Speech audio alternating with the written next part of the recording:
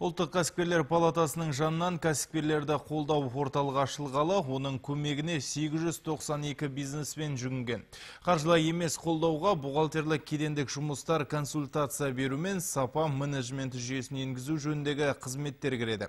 Мұндай сервистік қызметтер әсіресе өңір аудандарында үлкен сұранысқа ие. Ауылдағы өмір деңгейімен жақсартуда мақсат қылған азаматтар бағдарламада қарастырылған бизнес кеңесші жобасы бойынша оқудан өтіп, өз ісін ашу үшін кредиттер мен гранттарға ие болды.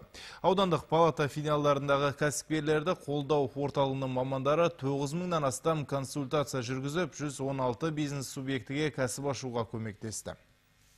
Обратилось уже более 800 субъектов бизнеса. Бүгінгі күнге дейін сервистік қызметті 892 адам пайдаланып үлгерді. Олардың 564-і бухгалтерлік және заңнамалық қолдау алғандар. Жыл басынан бері ашылған кәсіпкерлерді қолдау орталығының мамандары шағын және орта бизнес субъектілеріне және тағы да басқа тұрғындарға өз бизнесін ашу мен жетілдіру жайында. Осының арқасында 116 адам қаржыландыруға ие болды.